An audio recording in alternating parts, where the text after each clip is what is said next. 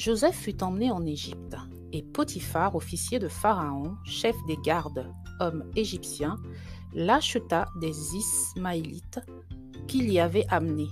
Et l'Éternel fut avec Joseph, et il prospérait, et il était dans la maison de son maître l'Égyptien. La femme de son maître jeta les yeux sur Joseph et dit « Couche avec moi ». Mais il refusa et il dit à la femme de son maître « Voici, mon maître ne prend connaissance avec moi de rien dans la maison et il a remis entre mes mains tout ce qui lui appartient. Nul n'est plus grand dans cette maison que moi et il ne m'a rien interdit que toi parce que tu es sa femme. Comment ferais-je un si grand mal et pécherais-je contre Dieu ?» Et bien qu'elle en parlât tous les jours à Joseph, il ne voulut point l'écouter pour coucher auprès d'elle, ni pour être avec elle. Mais il arriva un jour qu'il vint à la maison pour faire son ouvrage, et il n'y avait là aucun des gens de la maison. Et elle le prit par son vêtement en disant « Couche avec moi ». Mais il laissa son vêtement entre ses mains et s'enfuit, et sortit dehors. Et elle mit le vêtement de Joseph auprès d'elle, jusqu'à ce que son maître vînt à la maison. Alors, elle lui parla en disant « L'esclave hébreu que tu nous as amené est venu vers moi pour se jouer de moi. Mais comme j'ai élevé la voix et que j'ai crié, il a laissé son vêtement près de moi et s'est enfui dehors. Et dès que le maître de Joseph eut entendu les paroles de sa femme, qui lui disait « Voilà ce que m'a fait ton esclave », sa colère s'enflamma. Et le maître de Joseph le prit et le mit dans la forteresse, lieu où les prisonniers du roi étaient enfermés. Il fut donc là, dans la forteresse. Je viens de vous lire un passage de Genèse au chapitre 9.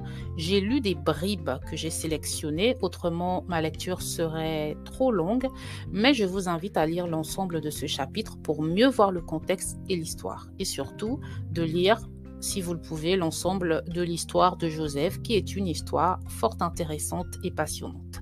Nous allons aujourd'hui nous baser sur ce passage pour illustrer notre thème du jour, qui est « Fuir le péché ». Si vous m'écoutez pour la première fois, je suis Luis du blog ilestécrit.com et je vous embarque dans une nouvelle aventure biblique.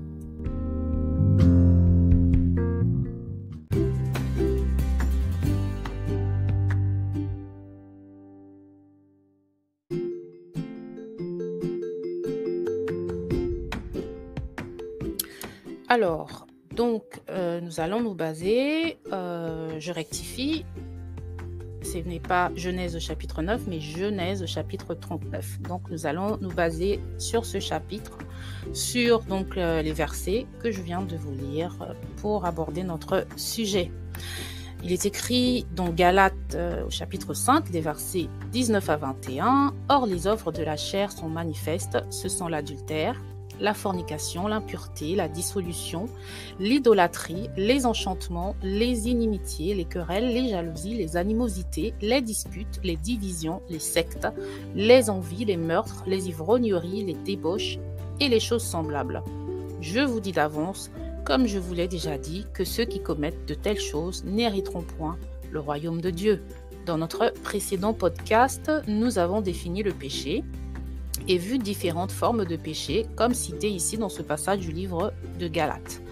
Nous ne reviendrons pas sur ce sujet, nous allons nous focaliser ici sur notre thème qui est fuir le péché, car oui, nous ne sommes pas parfaits, nous ne sommes pas des dieux purs et incapables de pécher, mais surtout parce que nous avons une nature pécheresse, nous pouvons faire le choix de ne pas pécher. Et la Bible nous montre dans l'exemple de Joseph qu'il est possible de résister à la tentation et d'éviter de pécher. Il est certain ici que Joseph fuit un gros péché évident qui est l'adultère. Il ne convoite pas la femme de son maître et ne veut pas non seulement le trahir, mais aussi il obéit à la parole de Dieu qui dit « Tu ne commettras pas d'adultère ». Mais notons que nous sommes dans le livre de la Genèse et que ce commandement n'a pas encore été décrété par Dieu. Il le sera plus tard au travers de Moïse. Cela montre que quiconque craint Dieu sait ce qui lui plaît ou pas et que nous avons une conscience du bien et du mal. Même un non-chrétien sait que l'adultère est une mauvaise chose. Il s'agit d'un péché.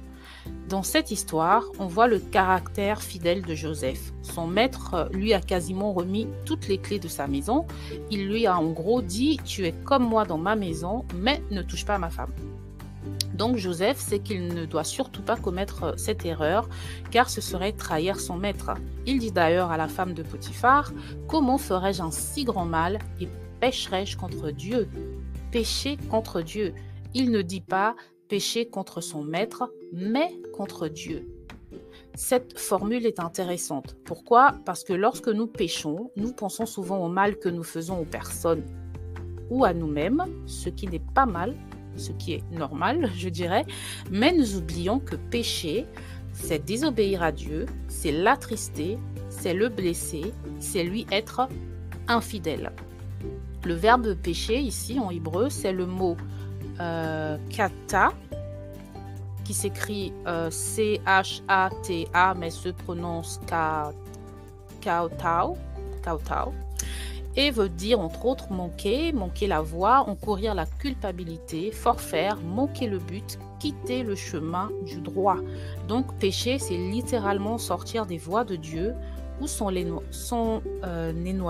éloigner, ou sont séparés. Et Joseph, en choisissant de fuir, choisit de rester dans les sentiers de Dieu. Il choisit donc de ne pas être séparé de lui.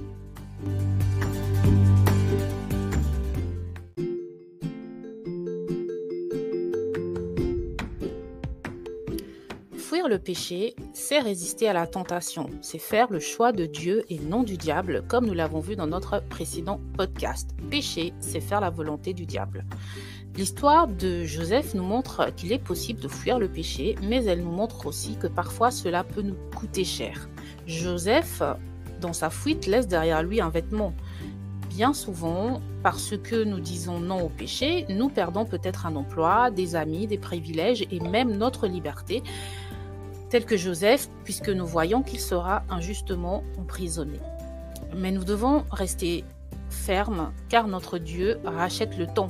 Il est le maître des temps et des circonstances. Et si vous ne connaissez pas la suite de l'histoire de Joseph, je vous invite à la lire. Mais vous verrez que le destin de Joseph prendra une toute autre tournure et il passera de son état de prisonnier à une personne de pouvoir au sommet de l'Égypte. Il sera donc même plus grand que le maître qui l'aura fait mettre en prison. Fuir le péché, c'est ce que Dieu nous demande de faire de Genèse à Apocalypse. Dieu nous demande de renoncer au péché. Bien souvent, nous pensons que nous sommes assez forts pour résister au péché, alors nous acceptons de le côtoyer sans y prendre part. Mais il vaut mieux être loin, ne pas avoir le mal devant ses yeux. La Bible dit pourtant « Fuyez la fornication » dans 1 Corinthiens 6, 18, « Fuyez l'idolâtrie » dans 1 Corinthiens 10, 14. Dans ces deux passages, le verbe fuir vient du grec pheugo, qui signifie s'enfuir, chercher la sécurité par la fuite. S'enfuir, fuir ou éviter quelque chose par la fuite, quelque chose d'odieux, de répugnant, des vices par exemple.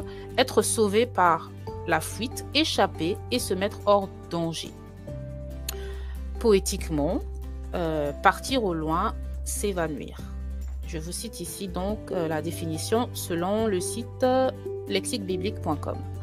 Le dernier sens, qui est de partir au loin, est important car nous devons vraiment comprendre qu'il ne s'agit pas de se dire fort devant la tentation, mais de l'éviter afin de s'éloigner du péché. Fuir le péché, c'est se mettre en sécurité. Ce n'est pas un acte de lâcheté, mais un moyen de défense et de bravoure. Car bien souvent, on peut nous proposer de pécher pour avoir quelque chose en retour, un travail, de l'argent, une meilleure situation. Et c'est un acte de bravoure que de dire non. Je préfère suivre les voies de mon Dieu et vivre les conséquences qui en découleront.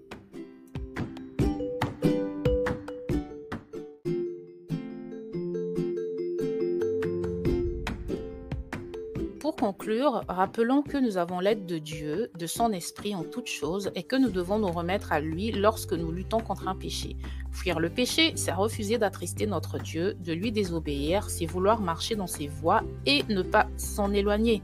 Concrètement, une personne qui a une tendance à l'ivrognerie doit s'éloigner des ivrognes. Et pour ne pas être moqueur, mieux vaut vivre loin des moqueurs, par exemple. Il vaut mieux vivre loin de la tentation pour ne pas prendre le risque d'y céder. Pour fuir le péché de manière efficace, je dirais, il faut déjà vivre une vie de consécration. Plus notre relation avec Dieu sera forte, mieux nous saurons résister aux tentations. Plus nous resterons dans sa parole et aurons une vie de prière, plus nous serons fortifiés et plus notre nature tendra plus vers celle de Christ. Fuir le péché, c'est se soumettre à la volonté de Dieu et non à celle du diable. Il est écrit dans 2 Timothée au chapitre 2, « Fuis aussi les désirs de la jeunesse et recherche la justice, la foi, la charité et la paix avec ceux qui invoquent le Seigneur d'un cœur pur. » Et repousse les questions folles et qui sont sans instruction, sachant qu'elles produisent des contestations. Or, il ne faut pas que le serviteur du Seigneur aime à contester, mais il doit être doux envers tous, propre à enseigner, patient, redressant avec douceur les adversaires, attendant que Dieu leur donne la repentance et leur fasse connaître la vérité, et qu'ils sortent de l'ivresse des pièges du diable qui les tient captifs et soumis à sa volonté. Il faut fuir le péché, ne pas essayer de raisonner avec le péché. Si Dieu dit ceci est un péché, ne recherchons pas des exceptions à la règle, ne contestons pas non plus avec Dieu ou avec les hommes. Nous avons vu ici comment fuir un péché évident, qui est l'adultère, mais il y a des péchés plus sournois, souvent difficiles à identifier, et c'est ce dont nous parlerons dans un prochain podcast, si Dieu le veut. Merci de m'avoir écouté, et à bientôt j'espère, pour de plus belles aventures bibliques. Ciao!